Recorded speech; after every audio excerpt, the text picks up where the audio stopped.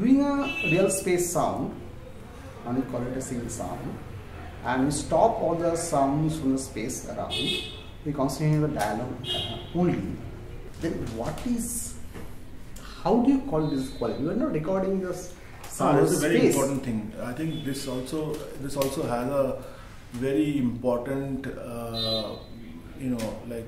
is a very important evolution that we need to understand. We've always had documentary filmmakers.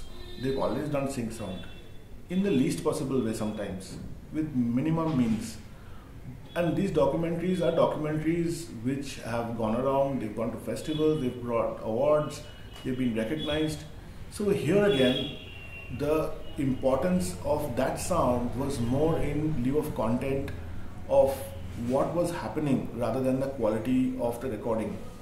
I think here is where the big balance strikes, and it's very important to understand that for the content makers is that like sync sound in our country, and mostly what has followed is dialogue. Yes, we record sync sound with boom mics, we record sync sound with labels, and what we essentially do is we completely clean up the dialogues such that we only have the dialogues, and we almost recreate the entire backgrounds back in the studio. But there have been films where there can be films, and there have been films where you don't need to do that. If you're sitting and talking here, you're sitting and talking here. If that car passed by, that car passed by. What the hell? If you didn't hear what he said, then the other guy didn't hear what he said.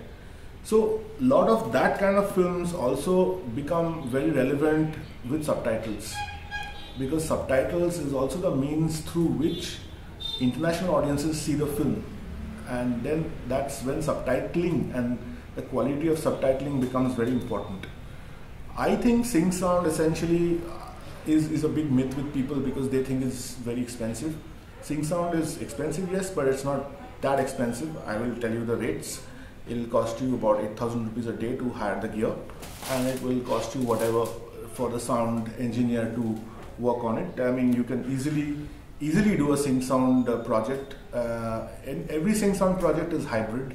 There is not entirely all of it which is synced. There is some parts of it which are recorded in the studio. It also depends on the design of the film. Like if it's a film about, say it's a film about a ghost or a robot, or it's a film about supernatural, or a character which is larger than life, I wouldn't use, or most people wouldn't use, a sync sound track for that character or person. I would try to recreate that and give that person a much bigger or wider or a characterized sound which I can only recreate in the studio. So these intelligent hybridization process have to be incorporated in what we are doing, and then it can be brought together. We can do sync sound. Sync sound security is something that is used because sometimes a unit gets very big and it's very difficult to manage. Sync sound security is sometimes used when there's a particular situation that has to be in control. Like, you're shooting a scene in Park Street which has got real sync sound dialogue between two characters, and you're showing that the streets are completely empty. So you can't have people chatting over there. So that's when security will come in. But besides that, if you go by the documentary logic, then whatever pilot sound we record now at the film shoot itself is your sync sound. Can you record that well? I mean, you can use it. That's all. And it's very important to understand there are certain nuances in sync sound which cannot be replaced later in the studio, because a person in that mode, acting and emotion at that point while doing the performance, what they deliver sometimes is very special compared to when they come back to the studio and try to recreate that with dialogue. It also is different because they are psychologically in a studio where somebody else is sitting there, they know they're dubbing. So all of these associative things create a psychological barrier to kind of closely enacting what was initially done. Very good actors do it, but they are very few. So sync sound is very doable, and I think the process has already started. A lot of people are really asking around, wanting to do it. We've done quite a few sync sound projects of late. I would like to bring up a project which was very, very unique. This is this documentary film called Chor by Saurav Sarangi. Now, that project Saurav has entirely shot and recorded, himself, and he created a fictional narrative out of it, which is almost like a film. But then, when you see the film, I mean, it's well mixed. We mixed it in our studios. It's gone all over the world. It's gone to every big festival that you can think of, and there is no problem. I mean, people have enjoyed it for what it is. To have that person speak in that space and have that cognitive value of the space built into the dialogue. It is sometimes important to get that, and this planning and all of this planning has to be done at a level where one is writing the script. So if you're thinking in those terms, then these have to be a process of planning at the time when we are finishing writing. We're at the second or third draft stage. Then we can start talking about how we are going to approach this film. It's important to have referencing in place.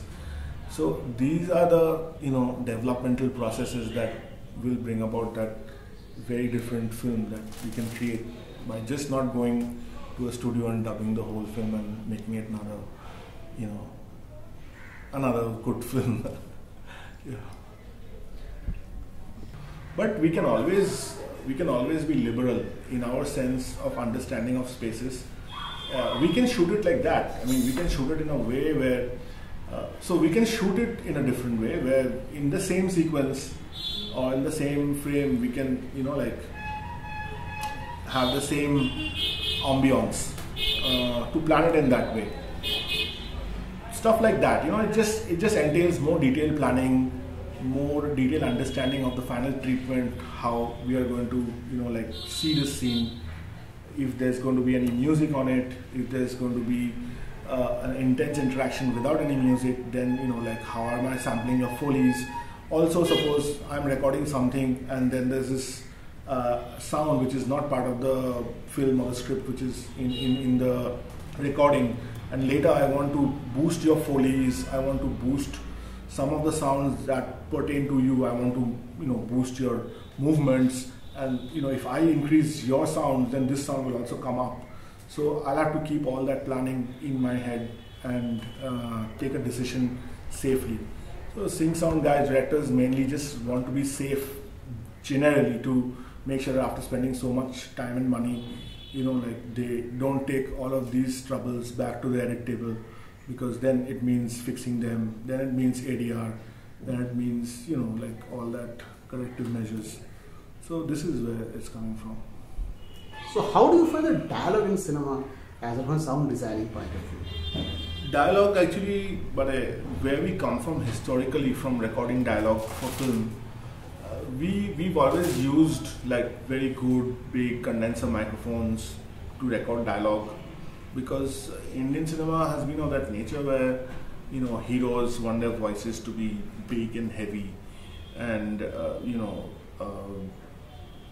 the heroes everybody likes to hear what people are saying. There is no doubt that dialogue is the most important thing in the soundtrack of the film. So from where we've come historically is that we've always recorded dialogue big, very big, fat, using very sensitive Neumann microphones and stuff like that.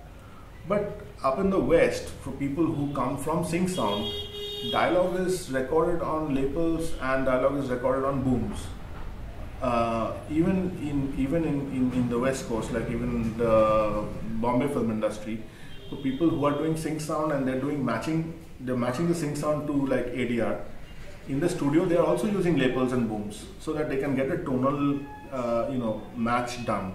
The thing is that dialogue is a center speaker phenomenon. Dialogue mostly lives in the center speaker. And for films where there's lots of things happening, like an action film where there's music happening, there's effects happening, blasts happening, fights happening, the dialogue needs to cut above everybody else.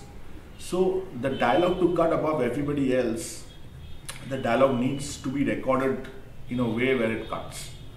The old-fashioned recording of dialogue, which is done on condenser microphones like Neumann's and stuff like that, they're not cutting microphones. They give you a huge bandwidth, but they're not cutters.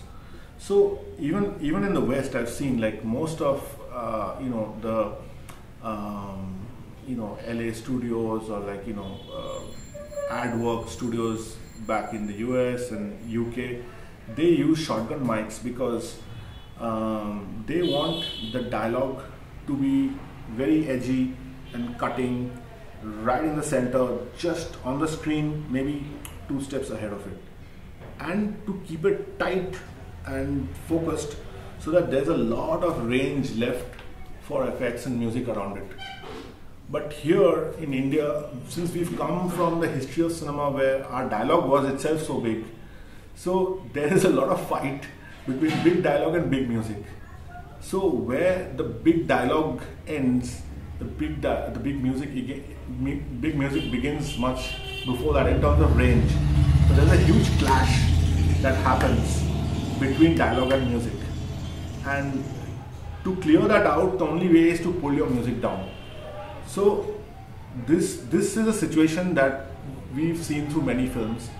So we've also switched to for really textured and tonal good dialogues, we've switched to shotgun miking because shotgun miking gives you a much more edgy cutting dialogue track in the center, and if you process it well, it sounds great. It gives you more realism in terms of tone and texture.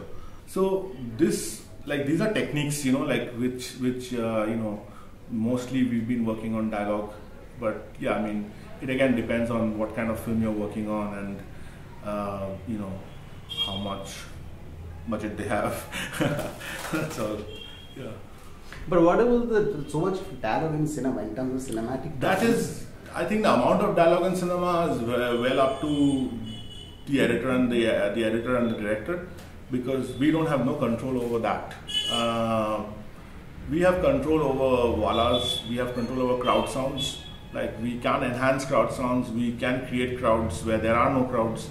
But in terms of kgs of dialogue, this is something we have no control over.